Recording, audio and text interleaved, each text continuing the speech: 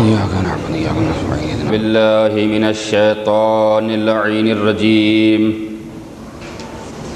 بسم الله الرحمن الرحيم الحمد لله رب العالمين والعاقبة للمتقين والنار للملحدين سيدنا ونبينا وطبيب قلوبنا وأنيس نفوسنا مولانا مقتدانا هادينا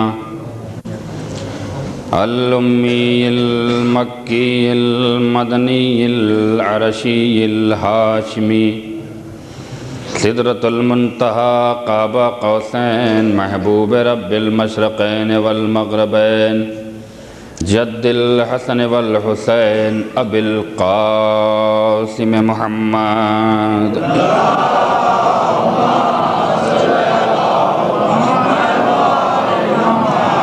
الذين أذهب الله عنهم الرجس أهل البيت ويطهركم تطهيرا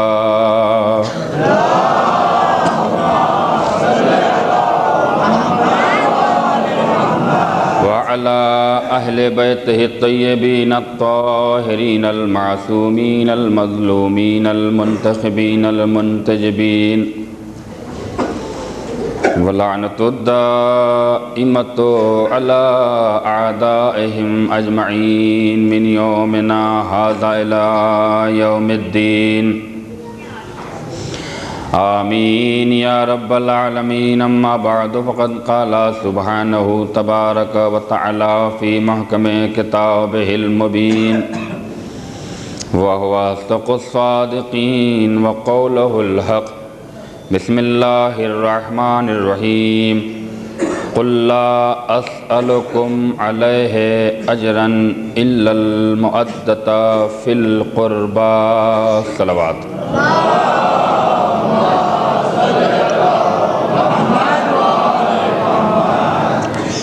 پروردگار عالم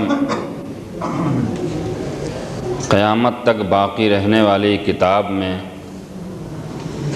قیامت تک باقی رہنے والی محبت کی بات کر رہا ہے۔ قل لا اسألکم علیہ اجرا الا المودۃ فی القربى، میرے حبیب کہہ دو کہ پروردگار ان لوگوں سے کچھ نہیں چاہتا، اسے کچھ بھی حاجت نہیں ہے، اس لیے کہ اب وہ اگر کسی کا محتاج رہا تو پھر خدائی کہاں باقی رہ جائے گی، پھر ربوبیت کہاں باقی رہ جائے گی۔ اسے کچھ نہیں چاہیے، بس ایک ہی چیز وہ مانگ رہا ہے کہ وہ تمہارے قرابت داروں سے مودت کریں۔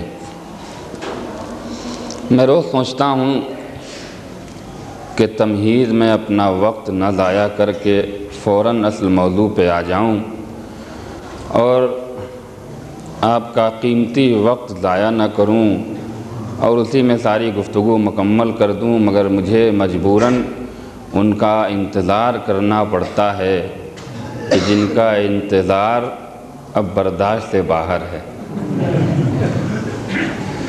حضرات، سنجیدہ حضرات کے درمیان اور بافہم اور باشعور لوگوں کے درمیان شکوہ اور گلہ نہیں رہ جاتا۔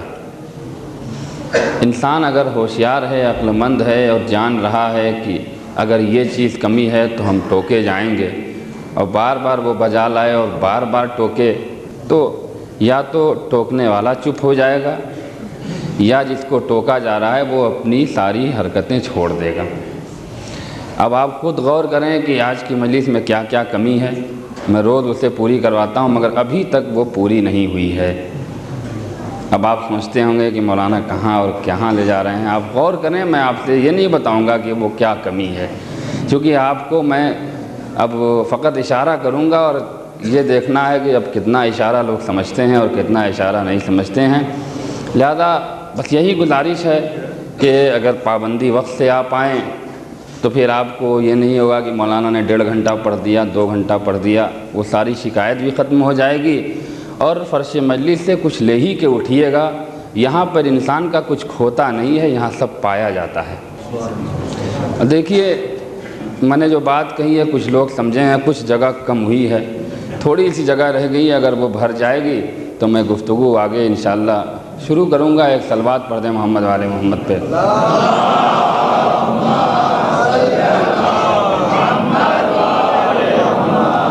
اچھا، کچھ لوگوں کا مزاج بھی ہوتا ہے، میں تو بہرحال ان ساری چیزوں سے گزر رہا ہوں۔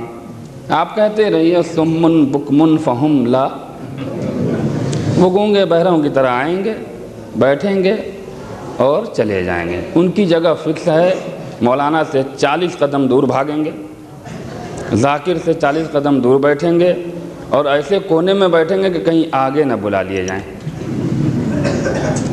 یہ چیز نہیں ہونا چاہیے میرے دوستوں، میرے بزرگوں۔ میں آپ سے شکایت نہیں کر رہا ہوں، فقط آپ کو معرفت کا درس دے رہا ہوں کہ اس درس پہ آئے ہو، اس در پہ آئے ہو، اس فرش پہ آئے ہو تو سلیقے کے ساتھ آیا کرو۔ مجلس میں شرکت ہی کافی نہیں ہے۔ میں نے کئی بار کہا اور آج بھی کہہ رہا ہوں کہ تم گھر سے چلو اور آ کے فرش پہ بیٹھ جاؤ، مردوں کی طرح بیٹھو اور مردوں کی طرح چلے جاؤ، یہ شرکت نہ تو اللہ کو قبول ہوگی اور نہ ہی آل محمد کو قبول ہوگی، کیونکہ فرشتے ہر کے اوپر نگاہ رکھتے ہیں کہ کون کس طرح سے مجلس میں شریک ہو رہا ہے۔ لہذا بس یہی ہے کہ اگر حسینی ہو تو حسینیوں کی طرح مجلس میں شریک ہوا کرو۔ اب تمہید ہے، میں فقط انتظار کر رہا ہوں، اب اس کی میری کوئی ذمہ داری نہیں ہے، چونکہ آپ مجھے موقع دیتے ہیں اور یہ سب کچھ آپ کے اوپر ہے۔ میں یہاں در و دیوار سے گفتگو کرنے نہیں آیا ہوں، آپ سے ہی باتیں کرنے آیا ہوں، آپ ہی تک پیغام پہنچانے آیا ہوں۔ ایک بہت بڑی بات ہے آپ کے سامنے پیش کر رہا ہوں، اور شاید اگر یہ بات آپ کے دل میں لگ گئی تو کبھی آپ مجلس حسین میں تاخیر سے نہیں آئیں گے اور کبھی آپ مجلس حسین میں مردوں کی طرح نہیں بیٹھیں گے۔ زندہ دل ہے تو زندہ دل کے ساتھ آؤ۔ اگر ایمان تمہارا زندہ ہے، عقیدہ زندہ ہے، تمہارا سب کچھ جو شعور زندہ ہے، تو اس زندگی کا ثبوت بھی فرش پہ آ کے دیا کرو۔ اب ایک اہم ترین سوال اکثر مقام پہ کیا جاتا ہے اور آج آپ کو اس کا فیصلہ سنا ہی کے جا رہا ہوں تاکہ آپ بھی اس مسئلے میں الجھے نہ رہیں۔ سوال یہ ہے کہ نماز افضل ہے کہ مجلس افضل ہے؟ اور دوسرے لوگ اس کا بڑا فائدہ اٹھاتے ہیں کہ یہ سوال کر کر کے ان کو لڑواؤ، لیکن ان کو یہ خبر نہیں ہے کہ یہ قوم لڑنے والی نہیں ہے، مرنے والی ہے، جس سے محبت کرتی ہے۔ اچھا، اب میں پوری تفصیل تو نہیں بیان کروں گا، فقط تمہید بیان کر رہا ہوں اور اپنے جوانوں کو ایک بہترین فارمولہ بتا رہا ہوں۔ دیکھیے، نہ ہم نماز کو چھوڑ سکتے ہیں اور نہ ہی مجلس حسین کو چھوڑ سکتے ہیں۔ دونوں چیزوں سے وابستہ رہی کر ہماری زندگی کامیاب ہے۔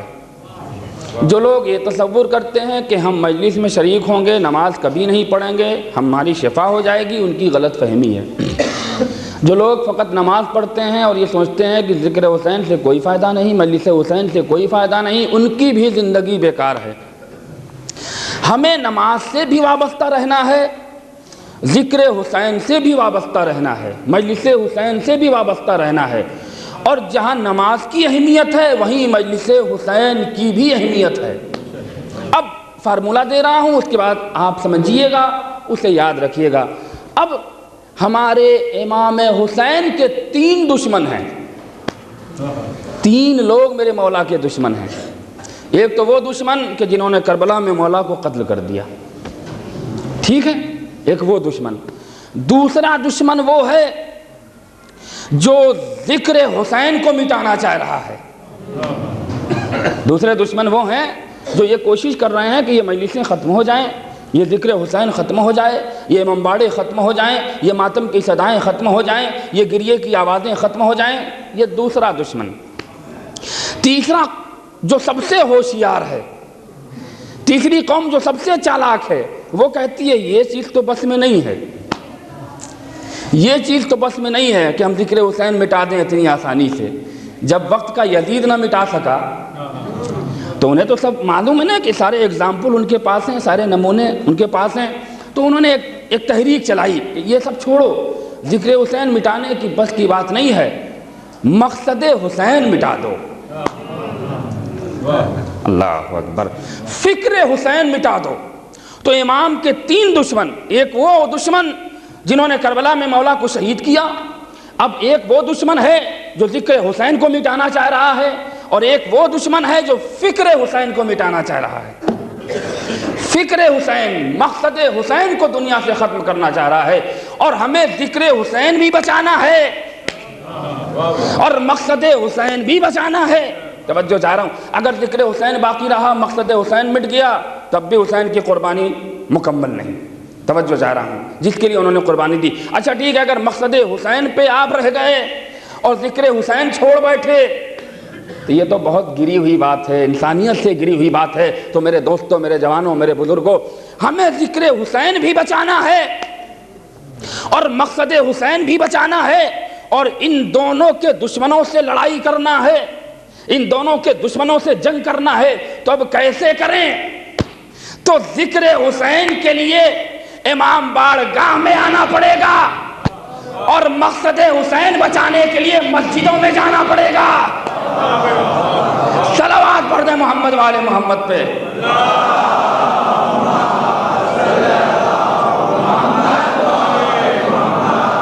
تو سچے حسینی کی پہچان یہی ہے کہ وہ ذکر حسین بھی ایک ہاتھ میں اور مقصد حسین سے بھی وابستہ رہے.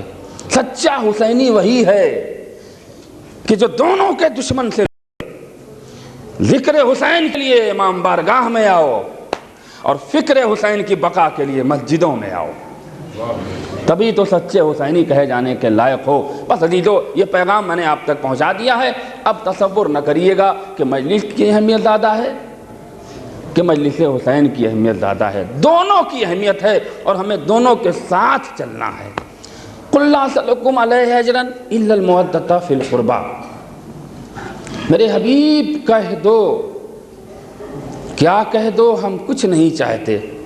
اچھا، میں نے قرآن میں آج بڑا غور کر رہا تھا کہ کتنے مقام پر اللہ نے لفظ اللہ کا استعمال کیا ہے، اور اللہ ایک ایسا عربی کا لفظ ہے جو اس کے پہلی کی ساری چیزوں کو کنڈم کر دیتا ہے. اچھا شروعات کریں لا الہ. یہ تو ہر مسلمان پڑھتا ہے نا، نہ پڑھے تو مسلمان نہ رہے. کبھی مسلمانوں نے اس کے ترجمے پہ غور کیا؟ سمجھا رہا ہوں، اگر میری یہ بحث سمجھ میں آ گئی تو یہیں سے آج آگے بڑھوں گا، اور قسم کھا رہا ہوں کہ اگر وقت پہ آنا شروع کرتے ہیں آپ تو پھر میری گفتگو دیکھیں کہ کہاں سے کہاں جاتی ہے. لا الہ الا اللہ، ترجمہ کیا؟ کوئی خدا نہیں، کوئی اللہ نہیں سوائے اللہ کے. 2 ٹکڑوں میں ترجمہ ہوا نا، لا الہ کوئی اللہ نہیں، الا اللہ سوائے اللہ کے. کمال کی آیت ہے بھائی، کمال کی بات ہے. وقت نہیں ہے کہ اس کی تفسیر بیان کروں، اور علماء نے جو اس کے بارے میں نظریے پیش کیے ہیں، اللہ اکبر، جو اللہ کے بارے میں اپنے نظریات پیش کرے، یہی مزاج ہے مسلمانوں کا. لیکن اب اللہ سمجھا رہا ہوں، لا الہ الا اللہ، بیچ میں اللہ، یعنی کوئی خدا نہیں مگر. اللہ نے کیا ثابت کیا؟ اگر 2 ٹکڑوں میں بانٹا جائے تو ایک طرف انکار ہے اور ایک طرف اقرار ہے. توجہ چاہ رہا ہوں، اللہ ایک بارڈر ہے انکار اور اقرار کا. کہاں آپ تو رہے ہیں؟ بس یہی تو میں کہنا چاہتا ہوں کہ اگر قرآن کی بلاغت کو سمجھ لو تو سب کچھ سمجھ میں آ جائے گا. اللہ ایک بارڈر ہے، اللہ ایک لکیر ہے انکار اور اقرار کا. لہذا اگر اللہ کو چھوڑ دیا تو تمہارا مذہب سمجھ میں نہیں آئے گا. اس لیے کہ کسی کو کیا پتا لا الہ الا اللہ، لا الہ الا اللہ کہو، اللہ نکال دو تو کہیں سے سمجھ میں نہیں آئے گا کہ تمہارا مذہب کیا ہے. اللہ نے تمہارے مذہب کو بچا لیا. دیکھیے میں بہت باریک بات کہہ رہا ہوں، بڑی نازک بات کہہ رہا ہوں. قرآن کے ایک حرف کا مطلب سمجھا رہا ہوں، حقیقت سمجھا رہا ہوں، فقط ایک لفظ اللہ کا.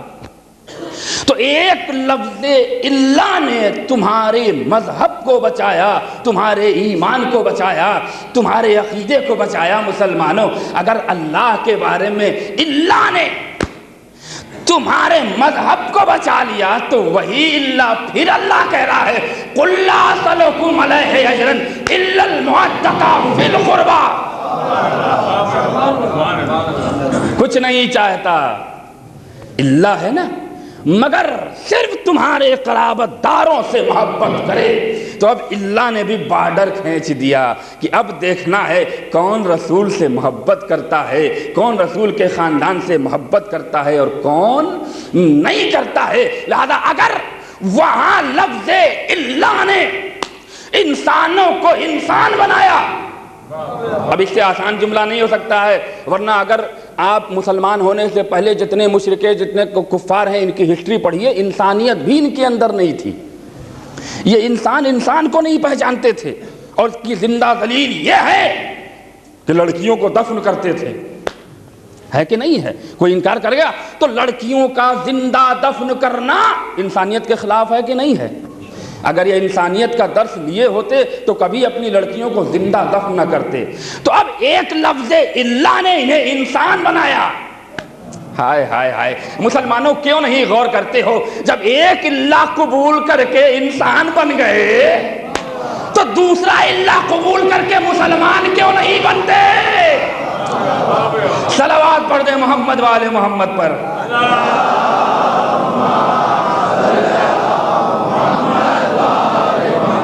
لا الہ الا اللہ، کوئی خدا نہیں ہے سوائے اس معبود حقیقی کے۔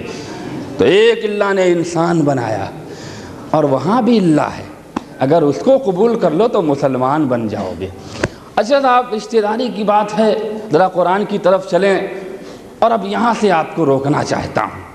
پوری تاریخ انسانیت میں اگر قرآن کو پڑھ کر گفتگو اور بحث کی جائے تو اللہ نے اپنے بندوں سے کچھ نہیں مانگا۔ کیا مانگا؟ اہل بیت سے محبت مانگی، ہے نا؟ اتنی چیزوں کا دینے والا ایک چیز مانگ رہا ہے۔ اچھا، اس کے دینے میں نہ تو آپ کی دولت خرچ ہوگی، نہ تو آپ کی عزت نیلام ہوگی، نہ تو آپ بھکاری بن جائیں گے، نہ تو آپ غریب بن جائیں گے، نہ تو آپ خاندان میں رسوا ہوں گے۔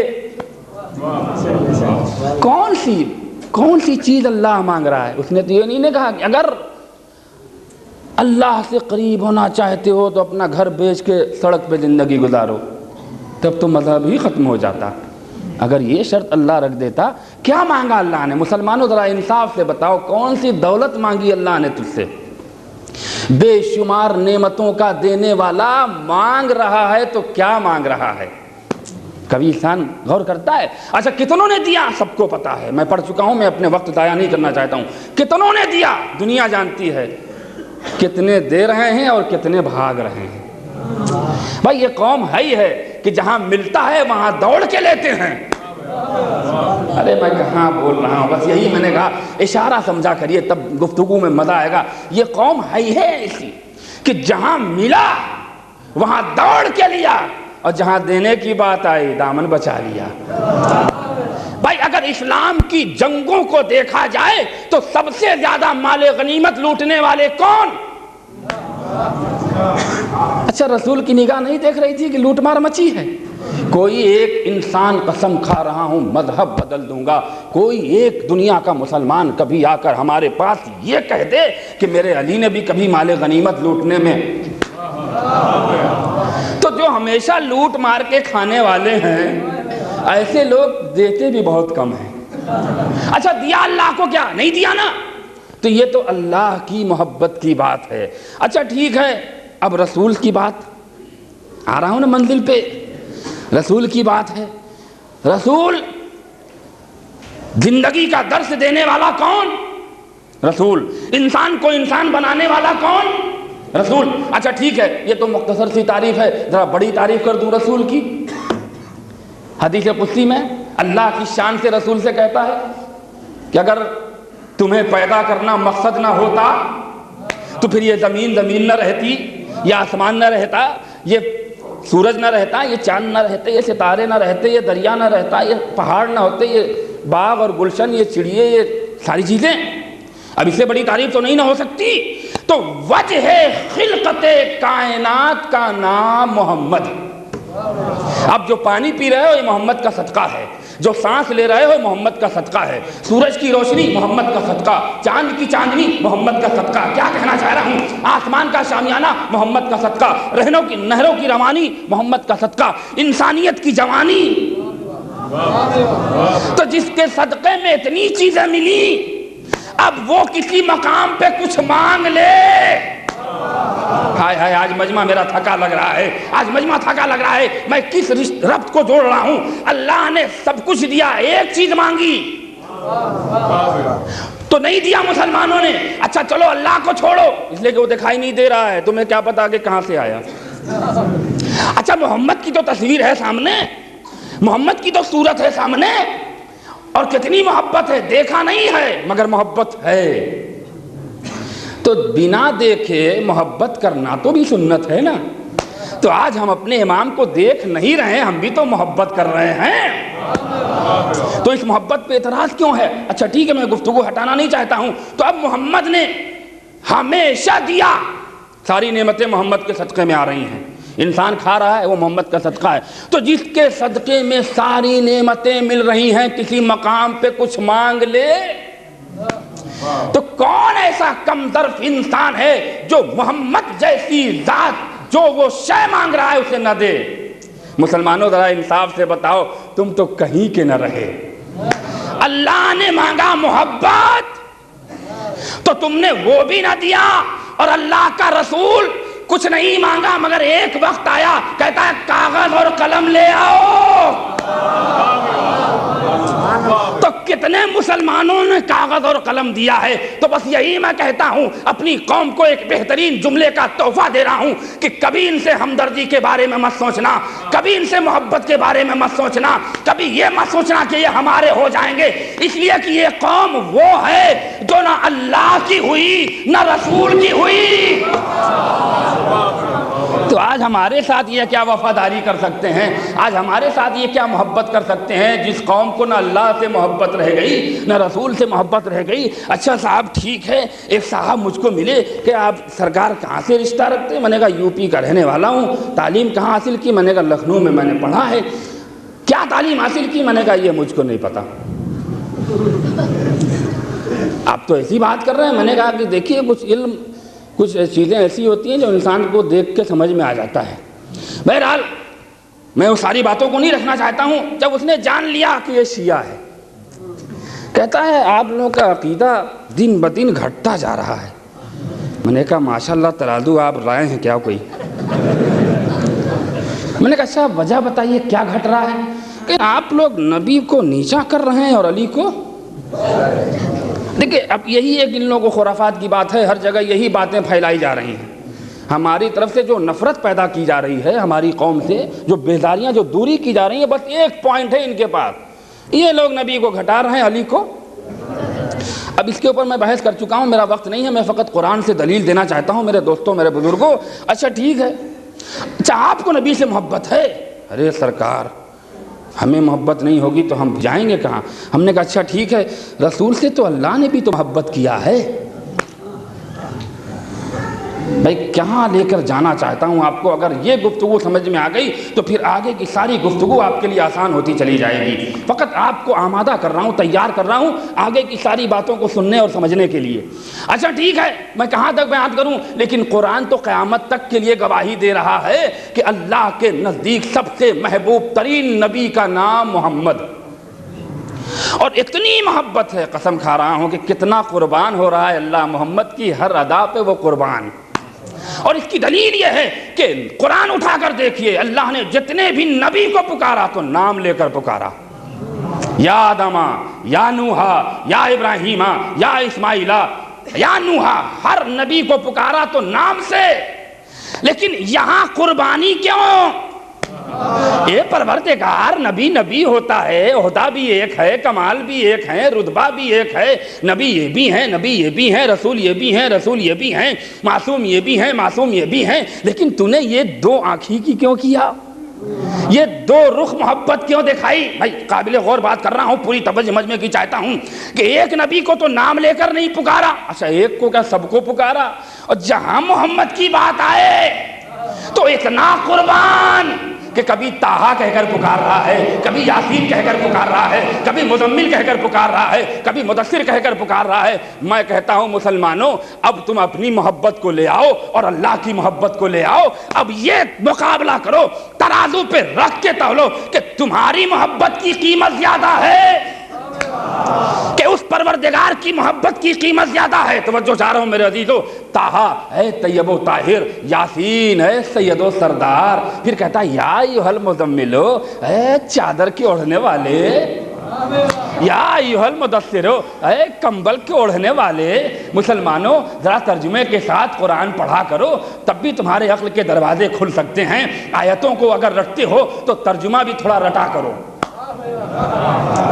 اس لیے کہ آیتوں کے رٹنے سے تو تمہاری کچھ نہیں سمجھ میں آئے گا، کیونکہ تمہاری مادری زبان عربی نہیں ہے۔ لیکن اگر اردو کا ترجمہ رٹو گے تو ہو سکتا ہے کہ کسی جملے کے اوپر تمہاری فکر رک جائے۔ کیا کہنا چاہ رہا ہوں میرے دوستو، اور یہاں سے بڑی تیزی سے مجھے آگے بڑھنا ہے۔ اللہ کہہ رہا ہے طٰہٰ طیب و طاہر، یاسین ہے سید و سردار۔ کتنے القاب سے اللہ نواز رہا ہے۔ میرے معبود اتنی قربانی کیوں، اتنی محبت کیوں کہ نام بھی نہیں لے رہا ہے، روز عہدے پہ عہدہ دیا جا رہا ہے۔ اچھا ٹھیک ہے، میں کہوں گا پروردگار تجھے ذات محمد سے نہ محبت تھی کہ محمد کی ہر ادا سے محبت ہوتی چلی گئی، اب محمد جو اوڑھ لیں اس سے بھی محبت ہو جائے، محمد جو پہن لیں اس سے بھی محبت ہو جائے۔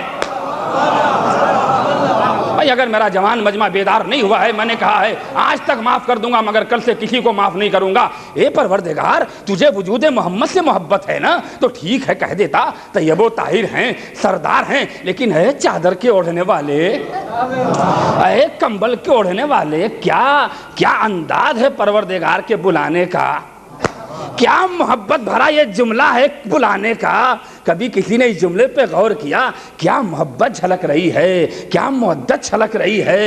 اے چادر کے اوڑھنے والے میرے معبود، محبت تو وجود محمد سے ہے، یہ چادر کا قصیدہ کیوں پڑھ رہا ہے، یہ کمبل کا قصیدہ کیوں پڑھ رہا ہے؟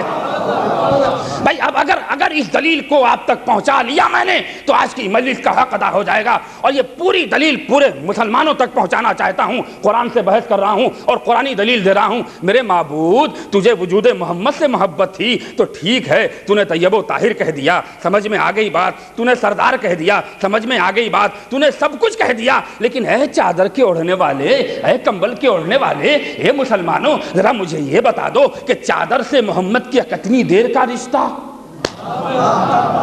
ہم نے تو نہیں کہیں دیکھا ہے کہ محمد 24 گھنٹہ چادر اوڑھے رہتے تھے۔ بھائی جتنی دیر چادر کی ضرورت اتنی ہی دیر نبی سے رشتہ۔ اچھا ٹھیک ہے، چادر کو تو مان لیتے ہیں کہ سالوں بھر، یہ کمبل پروردگار چادر ہی پہ رک جاتا۔ ہائے ہائے ہائے ہائے ہائے، میں کیا کہنا چاہ رہا ہوں میرے دوستوں، میرے بزرگوں، چادر ہی پہ نہیں، اے کمبل کے اوڑھنے والے، اللہ یہ کمبل کیوں لے آیا؟ کہ اب اور بھی بات واضح کر رہا ہوں۔ چادر، مسلمان کہتا کہ ہمارے ابا تو سالوں بھر چادر اوڑھا کرتے تھے، اس میں کون سی خاص بات ہے اگر محمد نے اوڑھ لیا؟ تو اب کمبل اس لیے کہا کہ جتنے دن تک سردی رہے گی اتنی ہی دیر تک کمبل انسان اوڑھے گا۔ ہم نے تو نہیں کہیں دیکھا کہ مئی جون میں کوئی کمبل اوڑھ کے جا رہا ہو۔ اچھا اگر کسی کو اوڑھتے دیکھا بھی ہے تو آپ فوراً سمجھیں گے کہ یہ بیمار ہے۔ بھائی عقل تو یہی کہے گی نا، مئی جون میں اگر کسی کو کمبل اڑا کے لے جائیں اور کوئی آپ کا چاند، ارے کیا وہ خیریت تو ہے، بخار بہت تیز ہے، جاڑا لگ رہا ہے کہ نہیں ہے؟ اچھا پروردگار تو نے یہ کمبل کا قصیدہ کیوں پڑھا؟ کا اسی لیے پڑھا ہے کہ ہمیں فقط وجود محمد ہی سے محبت نہیں ہے۔ بھائی کمبل کا کتنی دیر کا رشتہ؟ محمد سے سالوں بھر کا نہیں، جب تک کمبل کی ضرورت اتنی ہی دیر محمد سے رشتہ۔ پھر کمبل کہاں ہے اور محمد کہاں؟ چادر کا کتنی دیر کا رشتہ محمد سے؟ بھائی جتنی دیر چادر اوڑھی اتنی دیر چادر کا رشتہ رہا۔ محمد اٹھے، چادر کہاں، محمد کہاں؟ لیکن اللہ کیا انداز ہے بلانے کا، اے چادر کے اوڑھنے والے، اے کمبل کے اوڑھنے والے، کیا محبت ہے، کیا قربانی ہے، میں اس کو ذکر نہیں کر سکتا ہوں، لیکن اب جملہ سنتے جائیں۔ اے مسلمانوں، اگر چادر اور کمبل تھوڑی دیر کے لیے محمد کو اپنی آغوش میں چھپا لے تو قیامت تک کے لیے قرآن میں اس کا قصیدہ ہو جائے، تو جس نے 12 سال مشرکوں سے محمد کو چھپایا، صلوات پڑھ دیں محمد والے محمد پر۔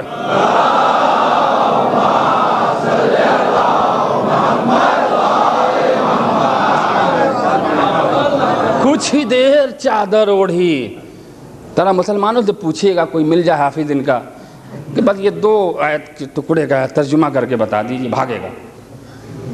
میرا تجربہ ہے، نہیں بحث کرتا ہے، کیونکہ جانتا ہے کہ لوگ آ کے ایمان ابو طالب پہ روک لیں گے، اور حقیقت یہی ہے۔ کتنی دیر کا رشتہ، قرآن قصیدہ پڑھ رہا ہے اور قیامت تک یہ قصیدہ چلتا رہے گا۔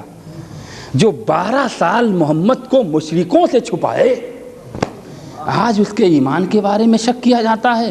قسم کھا رہا ہوں کہ بڑی بحث ہے ایمان ابو طالب کے اوپر، مگر چونکہ آج یہ میرا موضوع نہیں ہے، کل کی باتیں جہاں سے چھوٹی تھیں آج اسے جوڑ کر اور ایک اہم ترین بات بیان کر کے منزل کو تمام کر دوں گا۔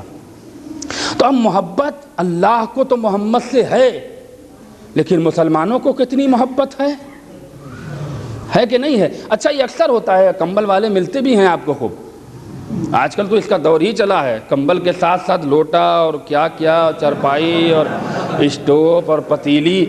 سرکار کہاں جا رہے ہیں؟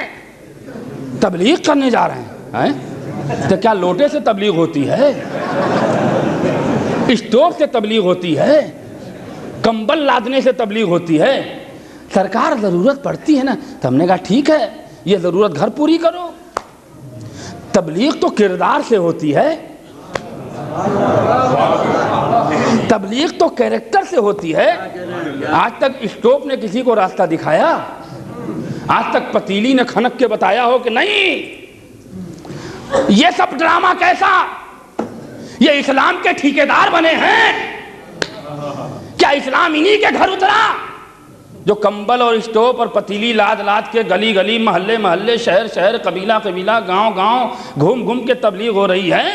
ارے تبلیغ کرنے والو، پہلے اپنا ایمان تو درست کر لو، پہلے اپنا عقیدہ تو سنوار لو، پہلے اپنا کیریکٹر تو سدھار لو۔ جب ایمان سنور جائے گا، جب عقیدہ سنور جائے گا، جب کردار سنور جائے گا، تو اگر ایک کا کردار سنور گیا تو اس کے اندر اتنی طاقت ہوتی ہے کہ خود بخود اپنا ماحول بناتا ہوا ایک بہترین کردار کا قبیلہ بنا لیتا ہے۔ لوٹے اور پتیلے سے تبلیغ نہیں ہوتی ہے، لہذا یہ سب ڈھونگی ہیں، یہ سب ڈرامے ہیں، اور اس طرح سے اسلام کو بدنام کیا جا رہا ہے، اس طرح سے قرآن کی توہین کی جا رہی ہے، اس طرح سے سیرت محمد کو پامال کیا جا رہا ہے۔ لہذا ان لوگوں سے ہوشیار رہے، اور اگر کوئی مسلمان ان لوگوں کے اس میں آ گیا تو نہ تو وہ دنیا کا رہے گا نہ وہ آخرت کا رہے گا۔ یہ سب اسلام کے اوپر ایک بہترین بزنس کیا جا رہا ہے۔ تو عزیزو مجھے یہ میرا موضوع نہیں ہے، تو محبت اس کا نام نہیں ہے کہ جو آپ نمونہ دنیا کے سامنے پیش کر رہے ہیں۔ محمد نے یہ نہیں کہا تھا کہ یہ سب کر کے ہماری تبلیغ کرو، کہیں کتاب میں نہیں ملتا ہے۔ ٹھیک ہے، تبلیغ کریں، اس کا ایک طریقہ ہوتا ہے، اندازہ ہوتا ہے۔ ایمان آپ کے پاس ہے نہیں، عقیدہ آپ کے پاس ہے نہیں، کوئی چیز ہے نہیں، طہارت نام کی چیز نہیں، اور سب سے بڑی چیز عبادت میں طہارت ہوتی ہے۔ اگر طہارت ہے تو عبادت قبول۔ اسی لیے کوئی بھی عبادت بغیر وضو کے کرنے کا حکم نہیں ہے۔ جو بھی ہو، نیت ہو، وضو ہو، نماز بغیر وضو کے صحیح نہیں ہوگی۔ کیوں اللہ نے رکھا؟ تاکہ طہارت کا مسئلہ سمجھ میں آ جائے۔ تو پہلے اپنے کو پاک کرو، اپنا ایمان پاک کرو، اپنا وجود پاک کرو، اپنا عقیدہ پاک کرو، تب نہ اسلام کی تبلیغ ہوگی۔ مکمل نجاست کے گڑھے میں پلنے والے آج تبلیغ کرنے نکلے ہیں۔ لہذا بس یہی گزارش ہے کہ پہلے اپنا کردار سنوارو، پہلے اپنے آپ کو پاک بنا لو، ایمان پاک کر لو، عقیدہ پاک کر لو، تب اسلام کی تبلیغ کرنا، تب اسلام کے ذمہ دار بن کے ٹہلنا۔ اور جب خود بخود پاک ہوتے چلے جاؤ گے تو تمہیں اتنی محنت کرنے کی ضرورت بھی نہیں پڑے گی۔ بس عزیزو، یہ میری تمہید کی گفتگو ہے۔ اب کل کی بات سے آج کی بات کو ربط دے رہا ہوں، جوڑ رہا ہوں۔ جناب خدیجہ میں نے کہا نا کہ دولت سے بھی احسان ہوتا ہے، خدیجہ کا اسلام کے اوپر احسان ہے۔ اچھا ایک بات آئی ہے تو اس کو بھی بیان کر دوں، لیکن اس کے بعد بیان کروں گا۔ ایک الزام ہمارے اوپر یہ بھی آتا ہے کہ یہ قوم فقط مجلس کرتی ہے، نماز نہیں پڑھتی۔ کچھ دیر تک تو میں بھی سوچنے لگا کہ یار کچھ حد تک تو یہ صحیح ہے، یہ بیماری تو ہے ہماری قوم میں، لیکن میں نے ایک جملہ سوچا ہے، وہ آپ کی نظر کر دے رہا ہوں، اور اس کے بعد اس کو سوچئے گا تو شاید کچھ فائدہ ہو جائے میرا۔ میں نے کہا یہ تو یقیناً یہ ہمارے ساتھ ہے، اور یہ کیا کہا جائے، بس یہ نماز کی بدنصیبی ہے، نماز کی بدنصیبی ہے کہ جن کی قبول ہوتی ہے وہ پڑھتے نہیں، اور جن کی قبول نہیں ہوتی ہے وہ دن رات ہاتھ باندھے کھڑے ہیں۔ ہائے ہائے، ایک صلوات پڑھ دے محمد والے محمد۔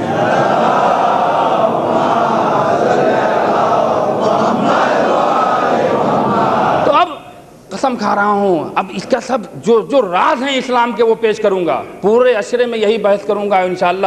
کل سے ہمارا موضوع بلند ہوتا چلا جائے گا۔ تو اب جناب خدیجہ، کون خدیجہ؟ ہے کوئی مسلمان جو انکار کر دے کہ ہم نہیں جانتے خدیجہ کو؟ ہے کوئی مسلمان؟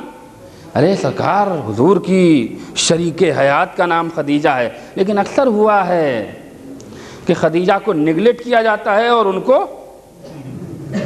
اماں کو۔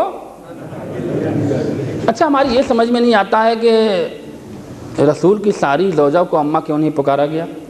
کبھی آپ نے اس پہلو پہ غور کیا ہے؟ اس کا بھی راز کبھی بیان کروں گا، آج یہ میرا موضوع نہیں ہے، اس میں بھی بڑے راز ہیں۔ خدیجہ کو کیوں نہیں ام المومنین کہا گیا؟ کیا کمی تھی ان کے کردار میں؟ کریکٹر میں کچھ کمی تھی؟ عمل میں کچھ کمی تھی؟ محبت میں کچھ کمی تھی؟ کیوں نہیں انہیں رتبہ دیا گیا؟ میں مسلمانوں سے پوچھتا ہوں، لاؤ ہمیں کتاب دکھاؤ کہ کسی پہلو سے بھی جناب خدیجہ کے کردار میں کوئی کمی رہی ہو، تو انہیں رتبہ کیوں نہیں دیا گیا؟ نہیں دیا گیا، اور نہیں تو بہتان پہ بہتان لادا گیا۔ اور جن کے پاس کچھ نہیں، اب اس سے بہترین جملہ نہیں ہو سکتا ہے، جن کے پاس نہ تو ایمان کی دولت، نہ تو عقیدے کی دولت، نہ تو زوجیت کی دولت، آج ان کے اوپر کتابیں لکھی جا رہی ہیں، ریسرچ ہو رہا ہے، کردار کے بڑے بڑے چیپٹر لکھے جا رہے ہیں، اور دنیا کے سامنے ان کا عقیدہ اور ایمان پیش کیا جا رہا ہے۔ قسم کھا رہا ہوں یہ زبان مت کھلواؤ، یہ زبان مت کھلوایا کرو، بس جتنا دائرہ ہے اتنی ہی میں اگر رہ کے بات کرو تو تمہاری باتیں اچھی لگیں گی۔ تب جناب خدیجہ کے اوپر الزام کیا؟ میری سمجھ میں نہیں آتا ہے، اتنی بڑی تاجر، اتنی بڑی امیر دولت والی، اور اس دور میں محمد سے شادی کیا جب محمد کے پاس کچھ نہیں تھا۔ اب میں کہتا ہوں کہ کیا محمد دنیا میں آنے کے بعد امیر ہوئے ہیں؟ مجمع خاموش ہے۔ ہمارا عقیدہ ہے کہ انہوں نے کوئی بزنس کیا تھا کہ جس کے بعد دولت بڑھ گئی؟ یہ تو آپ کا رویہ ہے کہ غریب گھر پیدا ہوئے کہ اللہ نے عقل کا دروازہ کھولا، کوئی بزنس شروع کیا، بڑھ گئے۔ لیکن محمد کے بارے میں ہم ایسا تصور کر سکتے ہیں کہ انہوں نے کوئی عرب میں بزنس شروع کیا، اس کے بعد امیر ہوئے، اور شادی ہوئی تو غریب تھے۔ اب کہتے ہیں کہ جناب خدیجہ کا یہ فیصلہ سمجھ میں نہیں آتا ہے۔ ٹھیک ہے، 70,000 اونٹ پر مال لد لد کر غریبوں میں تقسیم کرواتی تھیں جناب خدیجہ۔ 70,000 اونٹ، یہ تقسیم ہے تو سوچئے کتنی ملکیت رہی ہوگی۔ اس لیے ملکہ عرب کہا گیا انہیں، عرب کی شہزادی تھی جناب خدیجہ۔ اور جب انہوں نے فیصلہ کیا کہ میں شادی کروں گی تو اسی غریب سے کروں گی، اے بی بی کیا دیکھا آپ نے محمد کے اندر؟ بس اس سے بڑا جملہ، اے شہزادی عرب کی، آپ نے کون سی نگاہ سے دیکھا ذات محمد کو کہ محمد کے اندر چھپی ہوئی دولت دیکھ لی، محمد کے اندر چھپی ہوئی طاقت دیکھ لی؟ آواز دیں گی خدیجہ نادان تجھے کیا پتا، جب معرفت کی نگاہ کھلتی ہے۔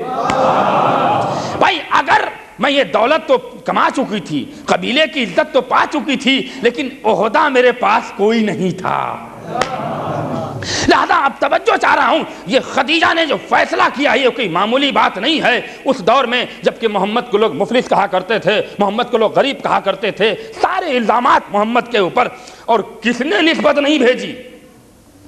تاریخ میں ملتا ہے کہ سینکڑوں نسبت بھیجی گئی جناب خدیجہ سے۔ ارے وہاں کہاں کر رہی، ہم سے کر لیجئے۔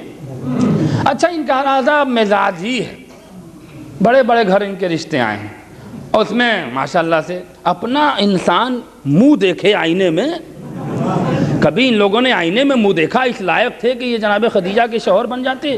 اچھا یہیں تک نہیں مسئلہ، جب ہماری بیوی بڑی ہوئی، ہماری شہزادی بطول بڑی ہوئی، تو وہاں بھی پہنچ گئے۔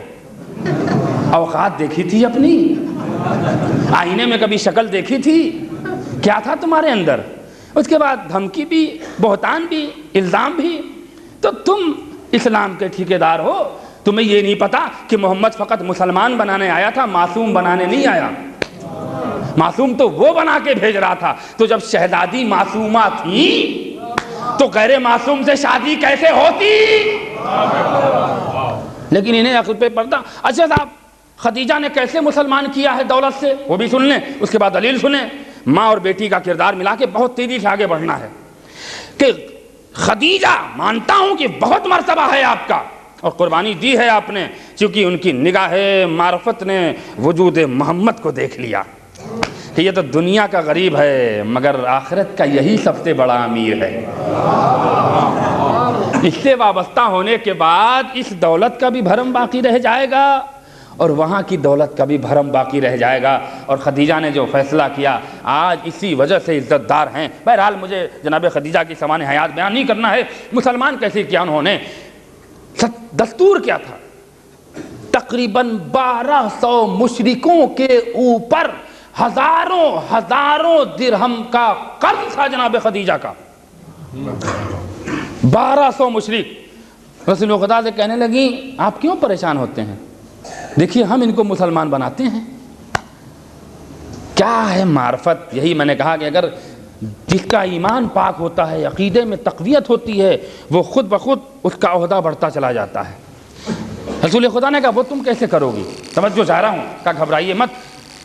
700 سوچئے اونٹ پہ پہلے مال لدوایا اور کہا دیکھیے آپ کعبے کے باہر کھڑے ہو جائیے گا، میں اندر بیٹھوں گی، اور میں نے سارے مشرکوں کو بلا رکھا ہے کہ دیکھو اگر اپنا قرض معاف کروانا چاہتے ہو، توجہ چاہ رہا ہوں، تو بس ایک ہی صورت ہے، کلمہ پڑھو مسلمان بن جاؤ۔ اچھا مسلمان پہلے ہی کی جنت کو یاد کیے ہے جب فقط لا الہ الا اللہ پہ جنت پڑ رہی تھی، وہی جنت یاد ہے۔ اچھا بعد میں جب عہدہ بڑھا کہ نہیں محمد رسول اللہ کہو گے تو جنت ملے گی، تب اچھا ہاں یہ بھی کہا، تب وہی جنت تک یہ رک گئے۔ اب آگے کیسے جنت ملے گی انہیں پتہ نہیں۔ دیکھیے میں کیا کہنا چاہ رہا ہوں، آگے اب جنت کیسے ملے گی اس کا ویزے کا ان کے بارے میں کوئی پتہ نہیں، کوئی ان کے پاس پیپر نہیں ہے۔ بہرحال وہ میں بتا چکا ہوں۔ اچھا صاحب آئے، سارے مشرک آئے، جناب خدیجہ کعبے کے اندر بیٹھی۔ یہ سیرت النبی میں واقعہ ملتا ہے، کسی شیعہ کتاب سے کوئی، میں بہت کم روایت پڑھتا ہوں، ساری روایتیں اہل سنت کی کتاب سے پڑھتا ہوں، جن کو آ کر مجھ سے پوچھنا ہو قسم کھا رہا ہوں آ کے پوچھ لیں، اس لیے کہ ممبر سے ذمہ داری سے بیان کرتا ہوں۔ آئے مشرک، خدیجہ اندر سے پوچھتی ہیں تو کون؟ فلاں ابن فلاں۔ کہا لے جو تو نے قرض دیا تھا وہ تو معاف کیا، پلس یہ انعام بھی لے لے اور کلمہ پڑھتا جا، مسلمان بنتا جا۔ آپ سوچیں کہ 3 دن میں 1200 مشرکوں کو جناب خدیجہ کی دولت نے مسلمان بنا دیا۔ اچھا ٹھیک ہے، یہ سیرت النبی میں واقع آیا کیسے؟ کسی مسلمان مورخ کی آنکھیں کھلی تو جناب خدیجہ کا اس نے فضائل بیان کر دیا۔ توجہ چاہ رہا ہوں، ہم کہتے ہیں کہ یہ ماں کا کردار ہے، یہ ماں کا کردار ہے کہ جناب خدیجہ نے اپنی دولت سے 1200 مشرکوں کو 3 دن میں مسلمان بنایا۔ یہ خدیجہ کا کردار، اور اسی خدیجہ کی بیٹی کا نام بطول۔ اب سنیں عزیزو، اب جملہ سن لیجئے گا اور فرق دے رہا ہوں ماں اور بیٹی کے درمیان کا۔ فرق سنیے، چونکہ یہ شہزادی ہیں، ملکہ جنت ہیں، وہ ملکہ عرب ہے، یہ ملکہ جنت ہے۔ وہ غیر معصومہ ہیں، یہ معصومہ ہیں۔ یہ اور بات ہے کہ بطن خدیجہ سے جناب شہزادی فاطمہ پیدا تو ہوئیں، مگر مرتبہ بلند ہے، وقار بلند ہے، فضیلت بلند ہے۔ تو خدیجہ کا کردار یہ ہے کہ دولت سے مشرکوں کو مسلمان بنایا۔ شلون یہودیوں کا سب سے بڑا حاکم، اس کے دربار میں شہزادی کی چادر پہنچ گئی۔ جب اس نے چادر دیکھا تو پوچھا، اس میں جب 72 پیوند دیکھے تو اس نے پوچھا کہ یہ کس کی چادر لے کر آئے ہو؟ تو لوگوں نے کہا کہ یہ محمد کی بیٹی فاطمہ کی چادر ہے۔ شیلون دیکھیے اس کے اندر انسانیت تھی، محمد کی یعنی خدیجہ کی بیٹی فاطمہ کی چادر ہے یہ، اور اس میں 72 پیوند۔ اللہ اللہ، کیسا خاندان ہے یہ کہنے کے بعد اس نے چادر رکھی اور اپنے پورے قبیلے کو جمع کیا، جس کی تعداد 1 نہیں 10,000۔ اللہ اکبر، 10,000۔ اب جملہ آپ کے حوالے کر رہا ہوں، قسم کھا رہا ہوں، اگر آپ خوش نہ ہوئے تو آپ کے ایمان میں کمی ہے۔ میں کہوں گا مسلمانوں، وہ خدیجہ کی دولت تھی جو فقط 1200 مشرکوں کا مسلمان بنا پائی، یہ شہزادی کی ایک چادر۔ تو جس کے چادر میں اتنا کمال ہو کہ پورا قبیلہ مسلمان بن جائے، اس کے کردار میں کتنا کمال ہوگا۔ صلوات پڑھ دیں محمد والے محمد پر۔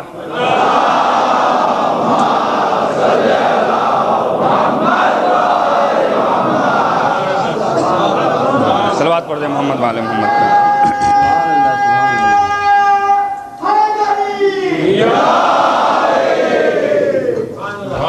جس کے چادر کا یہ کمال، تو اگر وہ کسی یہودی کی شادی میں گئی، دلہن زندہ مری اور پھر زندہ ہو گئی، تو تعجب کرنے کی بات نہیں ہے۔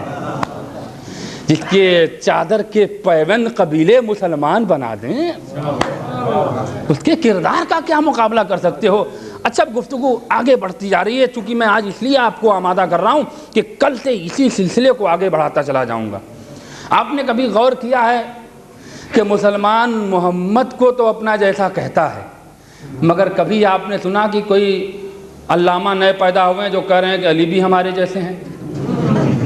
دیکھیے، یہ آپ کے عقیدے کا تحفہ دینے جا رہا ہوں، اور اگر اس کو شیعہ نہیں سمجھے گا تو کون سمجھے گا؟ ہیں؟ اچھا صاحب، آپ نے اتنا بڑا مجمع ہے، کسی نے اس میں سے سنا ہو تو ہم کو بتا دیں۔ کیا کانودر میں ایک نیا مدرسہ کھلا، جو مولوی آئے ہیں وہ کہتے ہیں کہ رسول تو رسول، علی بھی ہمارے جیسے۔ کم سے کم اتنی ہیبت تو آج بھی ہے، اتنا ڈر تو دل میں آج بھی ہے۔ اچھا دیکھیے، اس میں راز کیا ہے وہ بھی آپ کو بیان کر دوں۔ راز کیا ہے؟ اب راز دے رہا ہوں اور اسے یاد رکھیے گا، ہر ذاکر اس چیز کو پڑھتا بھی نہیں ہے، لیکن میں آپ کو دے رہا ہوں راز۔ راز کیا ہے محمد کو اپنے جیسا کہنے کا؟ چونکہ وہ عین رحمت ہے، عین رحمت ہے۔ بی بی کا نام خدیجہ ہے، تو یہ دوسری خدیجہ تو پیدا کر سکتے ہیں۔ میں کیا کہنا چاہ رہا ہوں، دوسری خدیجہ تو پیدا کر سکتے ہیں، لیکن علی کو اگر اپنے جیسا کہیں گے تو فاطمہ جیسی بیٹی لانا پڑے گا۔ صلوات پڑھ دیں محمد والے محمد پہ۔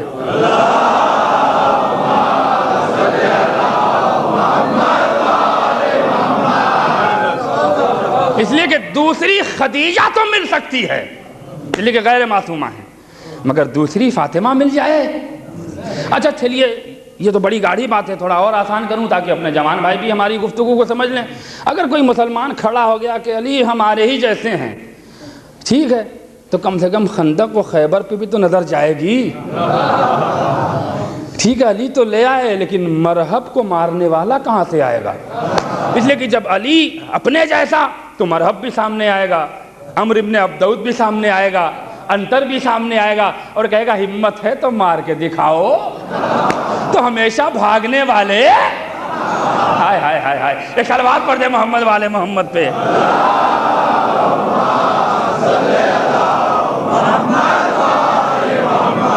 تو علی کو اپنے جیسا نہیں کہہ سکتے، اس لیے کہ علی کو اپنے جیسا کہیں گے تو مرہب کے سامنے ٹکنا ہوگا، عمرو ابن عبدود کے ساتھ سینہ تاننا ہوگا نا، اور یہ خاندانی بیماری ہے، کبھی نہیں اس میں آگے رہے۔ تو لہذا اس لیے یہ علی کو اپنے جیسا نہیں کہتے ہیں۔ اب ایک اہم ترین مولا کی فضیلت سن لیں، اس کے بعد رحمت تمام کر دوں گا، اور قسم کھا رہا ہوں کہ آج نہ خوش ہو کے اٹھے، یہ مولا کا صدقہ ہے۔ سنیں اپنے مولا کو پہنچانے۔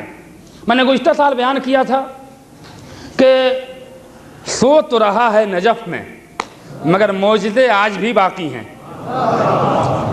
ہے نا، معجزے آج بھی اس کے باقی ہیں۔ کوئی کتا انٹری نہیں کر سکتا۔ اب بھئی اس سے آسان لفظ نہیں ہو سکتا ہے، انٹری داخل نہیں ہو سکتا حد میں۔ اب جتنے کتے ہیں وہ کبھی نہیں جا سکتے۔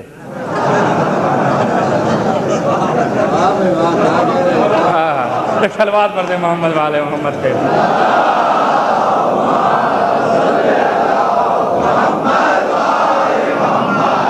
عزیزو یہ عقیدہ ہے، لیکن اب تاریخ، اب ذرا کتاب کا حوالہ بھی سن لیں تاکہ یقین تو کچھ ہو جائے۔ علامہ ملا صالح کشفی، پاکستان کا ایک بہت بڑا سنی رائٹر، اپنی کتاب فضائل مرتضوی میں لکھتا ہے، دیکھیے یہی ہوتا ہے، کبھی کبھی باطل بھی مجبور ہوتا ہے حق کی تعریف کرنے کے لیے۔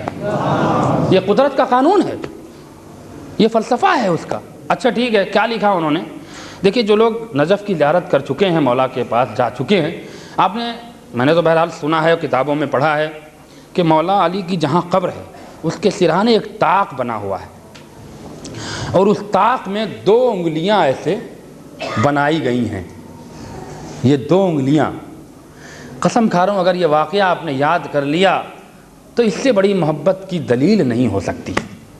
کوئی انسان پھر مولا علی کا دامن چھوڑ نہیں سکتا، اور ہم اسی لیے واقعات سناتے ہیں کہ محبت اور پکی ہوتی چلے، ایمان اور پختہ ہوتا چلے، کوئی کمی نہ آئے، اس لیے کہ ہر آدمی لگا ہے کہ یہ دولت خرید لو۔ لہذا میں اسی لیے کہہ رہا ہوں کہ اسے انمول بنا دوں، اور جب یہ محبت انمول ہو جائے گی تو پھر ساری قیمتیں ایک طرف اور محبت کی قیمت ایک طرف۔ اور میری یہی کوشش رہتی ہے، جہاں بھی مجلسیں پڑھنے جاتا ہوں بس یہی کوشش کرتا ہوں کہ علی کے چاہنے والوں کی جو دلوں میں محبت ہے اس کو انمول بنا دوں تاکہ کوئی قیمت نہ اس کی لگا سکے۔ اور یہی میرا آج کی اس مجلس کا تقاضا ہے۔ پورے مجمع سے توجہ چاہتا ہوں، اور جہاں جہاں تک پیغام پہنچا رہا ہوں کوئی اس واقعے کا کنڈم نہیں کر سکتا۔ یہی تو علی کی فضیلت ہے۔ تو وہ 2 انگلی کے نشان بنے، اس کی دلیل کیا ہے اب سن لیں۔ دیکھیے علی کے عدل کو سامنے رکھیے۔ آج کا مسلمان علی کے عدل کے اوپر پریشان ہے، اور 7 الزام میرے مولا علی پہ لگائے گئے ہیں، 1 2 نہیں ہیں، میرے پاس وقت نہیں ہے کہ ان ساری باتوں کو بیان کروں۔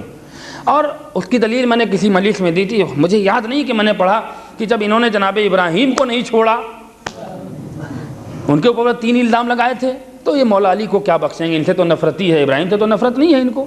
اچھا ٹھیک ہے، تو ایک اس میں الزام یہ ہے کہ مولا علی نے کہیں تو عدل کیا لیکن کہیں پہ انصاف نہیں کیا۔ قسم کھا رہا ہوں لعنت ہو ایسی فکروں پر۔ ارے جو دنیا سے جانے کے بعد بھی انصاف کر رہا ہے، جو دنیا میں نہ رہنے کے باوجود بھی عدل کا نمونہ پیش کر رہا ہے، وہ زندگی میں کیسے کر سکتا ہے؟ اور اب دلیل سنیں، وہ 2 انگلی کے نشان پورے شیعان علی سے پوری توجہ چاہتا ہوں، اور اس کے بعد احمد تمام کر دوں گا۔ مرہ ابن قیس ایک بہت بڑے بادشاہ کا نام ہے۔ جب مولا علی کا انتقال ہو چکا، شہید کر دیے گئے، تو کئی سال کے بعد جب وہ حاکم آیا اور چمچوں نے اس کے بتایا کہ آپ کے خاندان میں تنہا رہنے کی وجہ یہ ہے کہ آپ کے پورے خاندان کو علی نام کے ایک شخص نے کاٹ کاٹ کے بک کر دیا۔ دیکھیے کچھ آپ کی زبان بولتا ہوں تھوڑی بہت، ان کو واصل جہنم کر دیا۔ آئیں، میرے باپ کو کس نے مارا تھا؟ علی نے مارا۔ اچھا میرے دادا کو علی نے، چچا کو علی نے، بھائیوں کو علی نے، فلاں کو۔ کیا ایک آدمی اور میرے اتنے بڑے بڑے لوگوں کو مار گیا اور کوئی نہیں ٹک سکا؟ اب چمچوں نے بھڑکانا شروع کیا نا، یہیں سے دیکھیے، قسم کھا رہا ہوں کہ کیا واقعہ ہے۔ اچھا ایک بار اپنے تخت سے اٹھا، تلوار نکالی، کہا ذرا مجھے جلدی سے پتہ بتاؤ، میں چل کے اسے قتل کروں گا۔ لوگوں نے کہا سرکار وہ اب زندہ نہیں ہے، زندہ نہیں ہے۔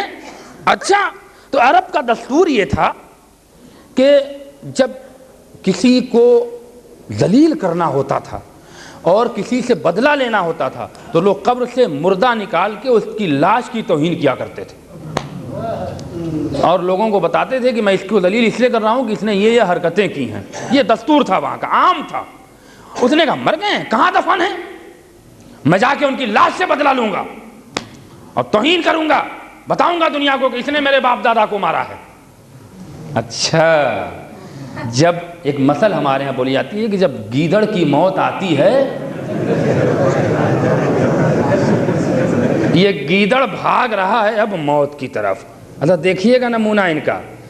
اٹھے, 4000 سپاہیوں کو اس نے تلوار منگوا کے دی, سوچئے, اور وہاں سے چلا نجف کی طرف. آیا, اس نے سپاہیوں نے کہا کہ گھیر لو, سنا ہے کہ معجزے والا تھا, نکل کے کہیں بھاگ نہ جائے. دیکھیے بڑے قریب ہو کر گزر رہا ہوں, مجھے بڑی خوشی ہو رہی کہ آپ مکمل میرا ساتھ دے رہے ہیں, لیکن آخری نتیجے تک اب سن لینا. گھیر لیا, پورے نجف کی حد بندی کر دی گئی. اور اس نے کہا دیکھو میں اندر جا رہا ہوں اور کسی کو اندر مت آنے دینا, چونکہ اگر کوئی آ گیا تو میں اپنے مقصد میں کامیاب نہیں ہوں گا. لہذا اب جب تک میں خود سے باہر نہ آؤں تم لوگ گھیرے کھڑے رہنا اور چاروں طرف نگاہ رہے کہیں سے نکلنے نہ پائے. اور یہ کہہ کے داخلے قبر مولا متقیان ہوا حجرے میں. اب تاریخ ملتا ہے کہ جیسے ہی حجرے میں داخل ہوا قبر سے 2 انگلیاں نکلی, جسم کے 2 ٹکڑے ہوئے, پھڑپھڑا کے مر گیا. ارے آپ کہاں سو رہے ہیں؟ کام ہو گیا اس کا, اب کیا آگے پڑھوں, مر گیا. پھر دوہرا دوں جملہ اور مکمل کر دوں اپنی گفتگو. آیا جیسے ہی تلوار بالکل تنی ہوئی, کہاں ہے, پاگلوں کی طرح نا موت لے آئی تھی. جیسے ہی علی کی قبر کے قریب پہنچا اور چاہتا ہے کہ تلوار سے قبر کھودیں کہ 2 انگلی قبر سے نکلی, وہی نشان نجف میں آج تک باقی ہے. قبر سے نکلی اور انہی 2 انگلیوں نے اس کو پھنسایا. میں کہتا ہوں کتنی جگہ تھی اس میں, آپ نے اس پہ غور کیا؟ یہ تو معجزہ ہے کہ نہیں ہے؟ اچھا, اس کے بعد قینچی کی طرح 2 حصے میں ان کا کام ہو گیا. اب وہ تو حضور چلے گئے. جو چمچے تھے وہ انتظار کرتے کرتے کرتے تھک گئے. اے بھائی کتنی دیر سے وہ مار رہے ہیں, صبح سے لگے ہیں ڈیوٹی پہ, نہ کھانا ہے نہ پینا ہے, آخر کتنا ہے بھائی. شام ہو گئی, شام ہو گئی. جب سورج ڈوبنے کا قریب آیا تو ایک ہانپتا کانپتا ڈرتا ہوا گھسا اندر, اس لیے کہ اگر ہم کہیں پھنس گئے تو ہم ہی کا نہ کام ہو جائے. گیا ہانپتا کانپتا, دیکھا تو حضور 2 ٹکڑے میں. اب آیا چیختا ہوا, ارے وہ تو مرے پڑے ہیں اور فقط 2 ہی ٹکڑا, یہ کیا ہوا, یہ کیسے معجزہ ہو گیا؟ ہم لوگوں نے تو چیک کیا تھا کوئی نہیں تھا اندر. یہ آخر مارنے والا تھا کون؟ بھائی اگر آپ خوش نہیں ہوں گے تو پھر میں نے کہا ایمان و عقیدے کی کمی ہے, مولا کا فضائل بیان کر رہا ہوں. کہا کوئی تو تھا نہیں, یہ آخر مارا اسے کون؟ ایک شیخ, شیخ العرب, شیخ نجف آئے, بوڑھے ضعیف, بولے مارنے والے کو مت ڈھونڈو. تم جانتے ہو کیا مارا ہے جس نے؟ کہا ہم اچھی طرح جانتے ہیں. کہا کیا ہوا؟ کہا جو قبر میں سو رہا ہے اسی نے نکل کے مارا ہے. کہنے لگے ہیں یہ کیسا کام ہو جائے گا, قبر میں سونے والا نکل کے؟ تو جھوٹ بولتا ہے. اب وہ شک اسی بڈھے کی طرف گیا, کہا اسی کو پکڑ لو, اسی نے مارا ہے. چونکہ یہ تو عقل سے پرے بات ہے کہ کوئی اس میں سے نکل کے ورنہ آدمی قبرستان جانا چھوڑ دے, ہے کہ نہیں ہے؟ ایسا مولا علی کا معجزہ ہے. اب وہ بڈھے کو گرفتار کیا گیا. اس دور میں ایک فیصلہ کرنے والے کے پاس لے کر گئے, اس کی سب تلوار لیے ہوئے. کہا اس نے میرے بادشاہ کو مولا علی کے قبر کے حدود میں قتل کر دیا اور یہ قبول نہیں کر رہا ہے, جبکہ وہاں کوئی نہیں تھا اور یہ بڈھا تھا. اس نے بعد میں کہا ہے کہ ہم نے دیکھا ہے مارنے والے کو. کہا اچھا بھائی تم بتاؤ. کہا ہم نے نہیں مارا ہے. کیسے فیصلہ ہو کہ کس نے مارا؟ اللہ اکبر. اب جملہ سن لیں, مجلس تمام ہو رہی ہے. اس نے کہا میں بتا رہا ہوں, دونوں ٹکڑوں کو تول لو, اگر دونوں ٹکڑے وزن میں برابر ہیں تو سونے والے نے مارا، اور اگر دونوں ٹکڑوں میں وزن کا فرق آ جائے تو سمجھنا میں نے مارا۔ ترازو منگوایا گیا، اور ایسا ترازو کہ جس میں داڑھی کا کوئی سوال نہ ہو۔ آج کل تو بنیا سب مار دیتے ہیں نا، 1 کلو لائیے تو 3 ہی پاؤ گھر میں نکلتا ہے۔ اچھا وہ عدالت کا ترازو، اب فقط ایک تو آدمی نہیں ہے، ہزاروں کا مجمع جمع ہو گیا، اس میں حضور کے ٹکڑے رکھے گئے۔ کانٹا جب اپنے مقام پہ پہنچا تو کتنی آنکھیں پھٹی کی پھٹی رہ گئیں، کتنی آنکھیں کھلی کی کھلی رہ گئیں۔ بس لوگوں نے کہا لبیک کی صدائیں بلند ہوئیں، اور اس واقعے کا اتنا اثر ہوا کہ 400 لوگ وہیں پر ایمان لے آئے۔ ہائے ہائے ہائے ہائے، ارے کیوں نہیں خوش ہوتے ہو یار؟ 400 لوگ وہیں پہ ایمان لے آئے۔ وارے میرے علی، لاکھوں سلام ہو تم پر کہ قبر میں سو تو رہے ہو مگر تبلیغ پروردگار آج بھی جاری ہے۔ تو میں یہی مسلمانوں سے پوچھنا چاہتا ہوں کہ جو قبر میں سونے کے بعد بھی عدل کا دامن نہ چھوڑے، وہ زندہ رہ کر عدل کا دامن کیسے چھوڑ سکتا ہے؟ ایک صلوات پڑھ دیں محمد والے محمد پہ۔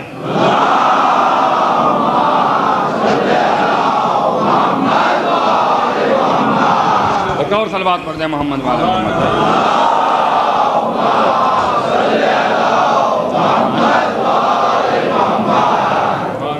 ایک اور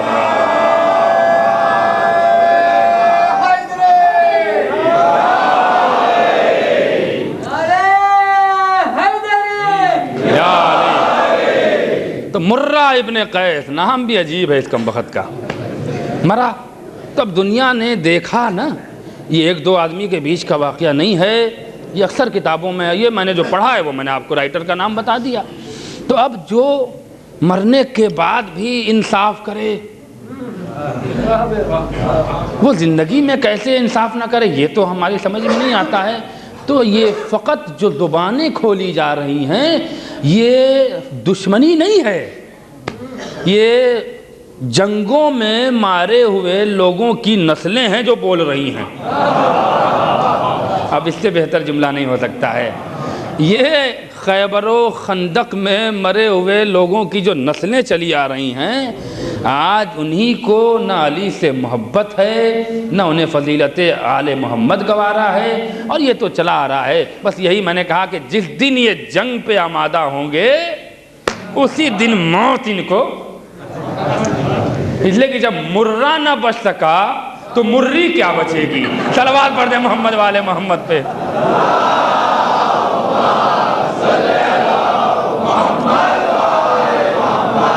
بس عزیزو، مجھے بہت خوشی ہے، میں آپ کا شکر گزار ہوں کہ آپ مکمل مجھے اچھی طرح سن رہے ہیں اور میرا ساتھ دے رہے ہیں۔ کل سے آپ موضوع میرا سنیں گے، کچھ خیبر و خندق کی ایک جنگ قرآن سے ثابت کرنے کی کوشش کروں گا، کچھ منظر بھی پیش کروں گا، لیکن بس ایک گزارش ہے، گھڑی دیکھ کے آیا کریے۔ یہ صلوات پڑھ دیں محمد والے محمد پہ۔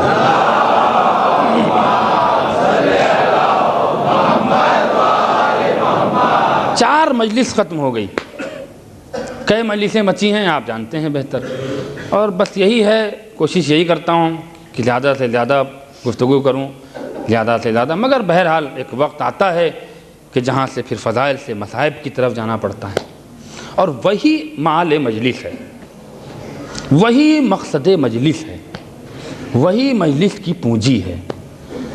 ٹھیک ہے، واہیت یہ بھی ایمان اور عقیدہ ہے، نہ ہم فضائل سے جدا ہیں نہ ہم مصائب سے جدا ہیں۔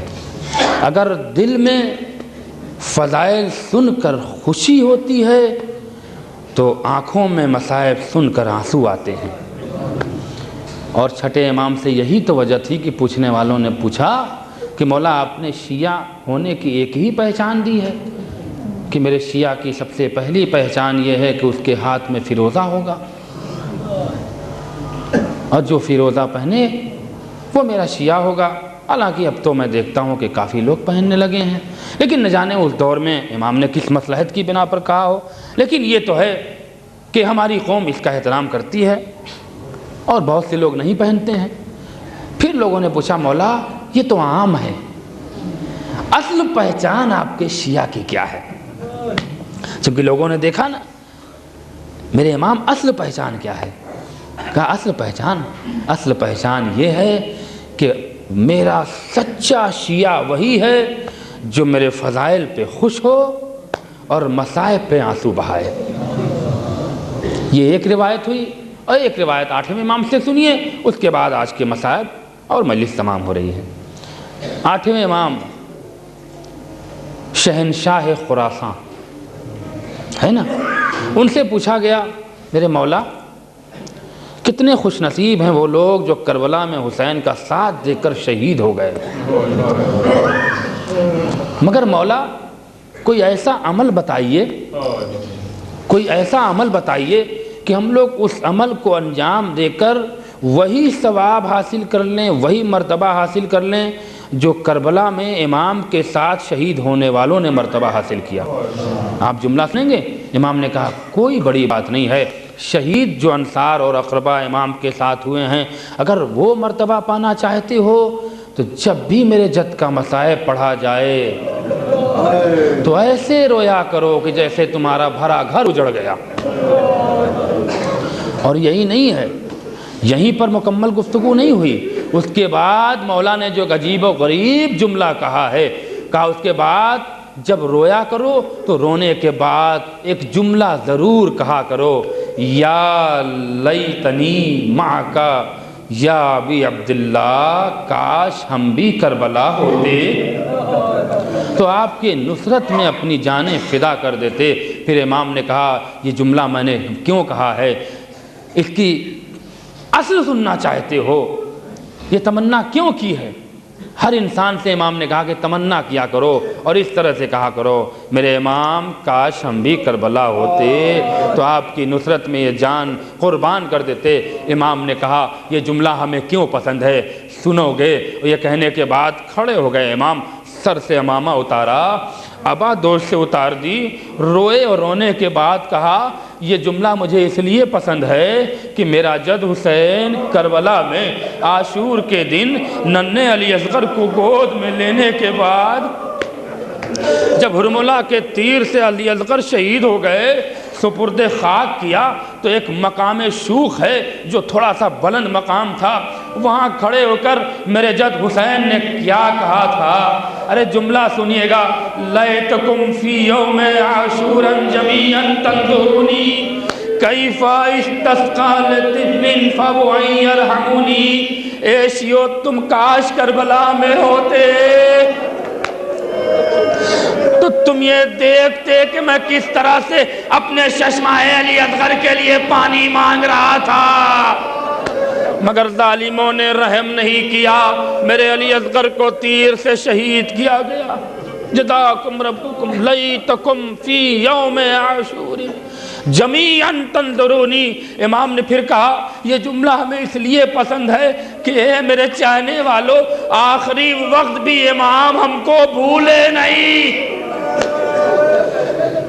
یہ محبت کا تقاضا نہیں ہے کہ امام آخری وقت میں ہمیں یاد کریں اور ہم حسین کے محرم میں حسین کو بھول جائیں۔ اے حسین کے عزادارو، مجلسوں میں بڑھ چڑھ کے حصہ لیا کرو، اس سے ہر امام خوش ہوتا ہے، اس سے محمد کی بیٹی شہزادی خوش ہوتی ہیں، اس سے حسین کی ماں فاطمہ خوش ہوتی ہیں۔ یہ بہت بڑی نعمت ہے ہمارے پاس، یہ بہت بڑی دولت ہے ہمارے پاس، اور خوش نصیبی یہی ہے کہ ہم عزائے حسین میں حصہ لیتے ہیں، ہماری خوش نصیبی یہی ہے کہ ہم حسین کے عزادار کہے جاتے ہیں، اور اس عزاداری پر یقیناً ہمیں بہت بڑا صلہ ملے گا، بہت بڑی اجرت ملے گی، مگر بس یہی ہے کہ سچے عزادار بن جاؤ تاکہ محمد کی بیٹی کی دعا پا پاؤ۔ بس رونے والوں چند جملہ سنو، اس کے بعد مصائب تمام کر دوں گا۔ کیسے کیسے حسین سے محبت کرنے والے کربلا میں پہنچے تھے، اور حسین بھی اپنے محبت کرنے والوں کو دیکھ رہے تھے۔ ہاں ایک منزل آئی کہ جب 2 محرم کو پہلی شب کربلا میں حسین نے گزاری تو تاریخ میں ملتا ہے کہ عبادت کیا اور پھر اپنے حجرے میں آ کے لیٹ گئے۔ اللہ اکبر. اب جملہ سنیے گا آپ، اس کے بعد مصائب تمام کر دوں گا. حق کی گریہ ضرور ادا کریے گا. تیسری محرم کی شب آئی، خواب دیکھا اور عجیب و غریب خواب دیکھا کہ میرا کوئی دوست کربلا کی طرف چل چکا ہے. صبح اٹھے، علی اکبر کو قریب بلایا، عباس کو قریب بلایا، کہا بیٹو ہو سکتا ہے کہ آج کربلا میں کوئی میرا مددگار آ جائے. بابا خیریت تو؟ کہا میں نے رات میں خواب دیکھا ہے کہ میرا ایک دوست کربلا کی طرف روانہ ہو چکا ہے، ہو سکتا ہے کہ حبیب ابن مظاہر آ رہا ہو. اللہ اکبر. زینب کو خبر ملی کہ بھیا کا بچپنے کا دوست حبیب آ رہا ہے. عزیزوں میرے پاس وقت نہیں ہے کہ جناب حبیب کے فضائل بیان کروں، لیکن اتنا سن لو کہ حبیب حسین کا سب سے گہرا دوست، اس کی یہ محبت کب پیدا ہوئی، یہ دوستی کب پیدا ہوئی. حبیب کو دوبارہ زندگی دی ہے حسین نے. حبیب مر چکے تھے، حبیب دنیا سے گزر چکے تھے کہ حبیب کی ماں آئی رسول کے پاس اور حسین کی عمر 3 سال. اے اللہ کے رسول، ایک ہی بیٹا دنیا سے چلا گیا، دعا کر دیجئے. رسول نے کہا میں نہیں کر سکتا. کہ ایک بار گوشت سے بچے نے کہا اے ماں رونے والی مایوس مت ہو، جا میں نے تیرے بیٹے کو زندگی دی. ادھر حسین کے دہن سے جملہ نکلا، ادھر حبیب سلام کرتے ہوئے کھڑے ہو گئے. زندگی دامن جھاڑا، حسین کی قدم بوسی کی، اور اب جو محبت پیدا ہوئی تو مرتے دم تک محبت کا ثبوت پیش کیا. اللہ اللہ، کوئی اندازہ نہیں لگا سکتا ہے کہ حبیب کتنی محبت کرتے تھے آقا حسین سے. ادھر خواب دیکھا، اب ادھر تیاریاں شروع ہو رہی ہیں. عباس تم آگے چلے جاؤ، علی اکبر تم پیچھے چلے جاؤ. ادھر حسین خط لکھ چکے ہیں. خط کہاں سے بھیجا تھا؟ کربلا جانے کے بعد حسین نے خط نہیں بھیجا. ہاں ایک مقام آیا جہاں جناب مسلم کی شہادت کی خبر ملی تو وہاں حبیب کو ایک خط لکھا، اے میرے حبیب تمہارا بچپنے کا دوست کربلا جا رہا ہے، موقع ملے تو کربلا میری نصرت کرنے آ جانا. اور جب قاصد پہنچا ہے تو حسین وارد کربلا ہو چکے تھے. ایک بار دق الباب کیا، ادھر حبیب نے بھی خواب میں دیکھا کہ محمد کے گھر کے اوپر کچھ ملائکہ آ رہے ہیں اور واہ حسینہ کے نعرے بلند کر کر کے چلے جا رہے ہیں. ابھی خواب سے آنکھیں کھلی تھی اور اپنی بیوی سے یہی گفتگو کر رہے تھے کہ میرا آقا حسین کسی مصیبت میں گرفتار ہو گیا ہے، میرا شہزادہ حسین کسی مصیبت میں گرفتار ہوا ہے. ابھی یہی گفتگو ہو رہی تھی کہ کسی نے دق الباب کیا، پوچھا کون؟ کانا قاصد الحسین، میں حسین کا قاصد ہوں. بچپنے کی محبت نے جوش ماری، دوڑے دوڑے گئے، دروازے پہ پہنچے، حسین کا خط ملا، آنکھوں سے لگایا، آقا اے آقا میں تو سمجھ رہا تھا کہ آپ کسی مصیبت میں گرفتار ہیں اور اب ارادہ کیا. میں زیادہ تفصیل میں نہیں جانا چاہتا ہوں، مگر وہ جملے سن لو جس پر مجلس ختم ہونے جا رہی ہے. ادھر حبیب چلے اور حسین ادھر بچپنے کے دوست کے آنے کا انتظار کر رہے ہیں. علی اکبر کچھ تو نہیں ہے نا خیمے میں، لیکن ہاں میرے بچپنے کا دوست آ رہا ہے، مہمان نوازی میں کوئی کمی نہ رہ جائے. اللہ اللہ، کس طرح کی محبت ہے حسین کو. ادھر علی اکبر آگے ہوئے، عباس آگے ہوئے، کچھ انصار بھی جمع ہوئے. ہاں ایسا استقبال کرو کہ حبیب کو احساس نہ ہو، حبیب کو احساس نہ ہو. فاطمہ کا لال کربلا میں کن مفلسی کا، کن غربت کا شکار ہے. اللہ اللہ، کیا آل محمد کی سخاوت تھی. حسین نے کس طرح کربلا میں بچایا ہے کوئی اس کا اندازہ نہیں لگا سکتا ہے.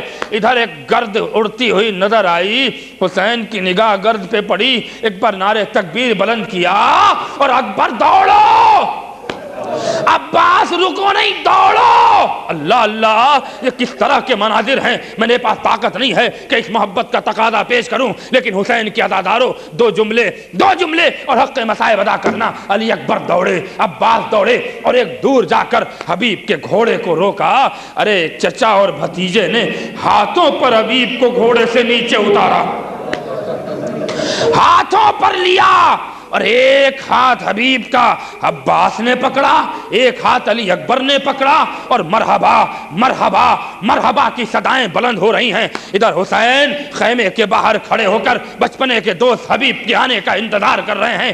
جیسے ہی حبیب نے دور سے آقا کو دیکھا، ایک بار رخ کیا آسمان کا پروردگار، کیا یہی فاطمہ کا بیٹا ہے؟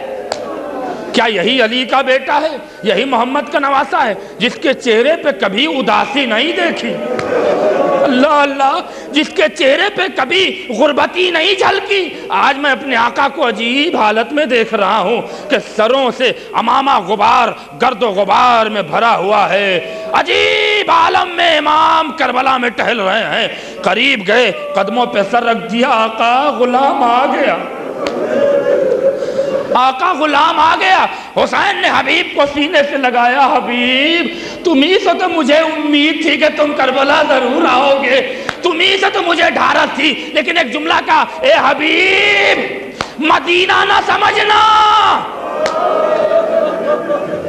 جزاکم ربکم، بس یہ جملہ کافی ہے رونے کے لیے، مدینہ نہ سمجھنا، حبیب کربلا ہے، میں تمہاری مہمان نوازی نہیں کر سکتا، اس لیے کہ حبیب میرے پاس کچھ نہیں ہے۔ اے حبیب خیال مت کرنا، بس یہ جملہ سننا تھا کہ حبیب نے امامہ اتارا۔ آقا غلام کو شرمندہ نہ کریے، حکم فرمائیے، میں آپ پر جان قربان کرنے آیا ہوں۔ اور یہ کہنے کے بعد امام نے حبیب کا امامہ اٹھایا، حبیب کے سر پہ رکھا، اور ایک فقرہ کہا، حبیب یہاں تو تمہیں کچھ نہیں ملے گا، مگر جب تم مجھ پر جان قربان کرو گے تو دودھ کا پیالہ میرے نانا کے ہاتھوں سے پیو گے۔ ابھی آقا اور دوست میں گفتگو ہو رہی تھی، دوست آپس میں بات کر رہے تھے کہ ایک بار کنیز فضہ گھبراتی ہوئی حبیب کے پاس آئی اور کہا، حبیب تجھے محمد کی نواسی زینب نے سلام بھیجا ہے۔ بس عزیز و مجلس تمام ہو گئی، بس حبیب کے کانوں سے آواز ٹکرائی، فضہ کیا کہہ رہی ہیں آپ نے کیا جملہ کہا ہے؟ کہا آپ کو علی کی بیٹی زینب نے سلام بھیجا ہے۔ بس یہ سننا تھا کہ امامہ پھینکا، ابا سے دوست سے ابا پھینکی، اور اب تاریخ کا فقرہ ہے کہ زمین کربلا کی خاک کو اٹھایا، چہروں پہ ملا، اے پروردگار، ارے محمد کی نواسی علی کی بیٹی غلاموں کو سلام بھیجے، اب یہ وقت آ گیا ہے، اے حبیب ابھی تو سلام آیا ہے، لیکن تمہارے مرنے کے بعد یہی محمد کی نواسی علی کی بیٹی دیار بدیار، بے مقنع و چادر، ارے ایک منادی آواز دے گا، یہ محمد کی نواسیاں ہیں، علی کی بیٹیاں ہیں، اے حبیب کیسے برداشت کرو گے، کس طرح سے ان کی حرمت کو پامال